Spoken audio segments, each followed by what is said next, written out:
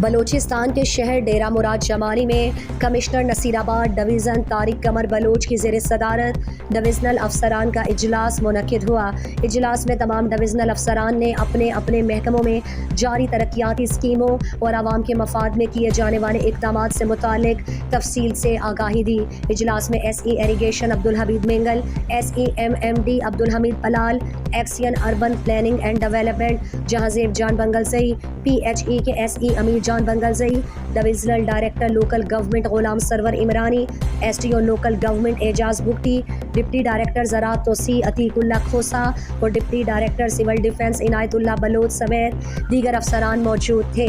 اجلاس سے خطاب میں کمشنر نصیر آباد ڈویژن طارق قمر بلوچ نے کہا کہ تمام افسران اپنی ذمہ داری نہایت خوش اسلوبی کے ساتھ سر انجام دیں، نہری نظام کی بہتری اور زرعی پانی کے منصفانہ تقسیم کے عمل کو یقینی بنایا جائے۔ نصیر آباد ڈویژن بلوچستان کا زرخیز علاقہ ہے، اس لیے زراعت کے فروغ کے لیے بہتر اقدامات کرنا وقت کی ضرورت ہے۔ ڈویژنل سطح پر ہم ہر معاونت کرنے کے لیے تیار ہیں۔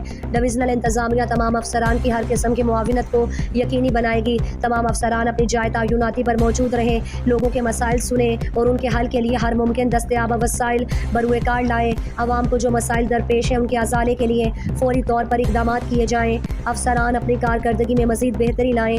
کمشنر نے کہا کہ محکمہ پبلک ہیلتھ انجینئرنگ، محکمہ ایریگیشن، محکمہ پلاننگ اینڈ ڈیولپمنٹ، محکمہ B&R اور محکمہ لوکل گورنمنٹ میں جاری ترقیاتی عمل پر خصوصی توجہ دی جائے۔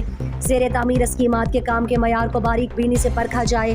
بند اسکیموں کو مکمل کرنے کے لیے بہتر حکمت عملی کے تحت کام کیا جائے تاکہ عوام کے ٹیکسز سے بننے والی یہ اسکیمات مکمل کی جا سکیں اور کام کے معیار پر کسی قسم کا سمجھوتہ ہرگز قبول نہ کیا جائے۔ مزید دلچسپ معلومات اور خبروں سے آگاہ ہونے کے لیے Gedrosia point Facebook page, Instagram, Twitter کو فالو اور یوٹیوب چینل کو سبسکرائب کریں۔ بیل آئیکن بٹن دبانا نہ بھولیں۔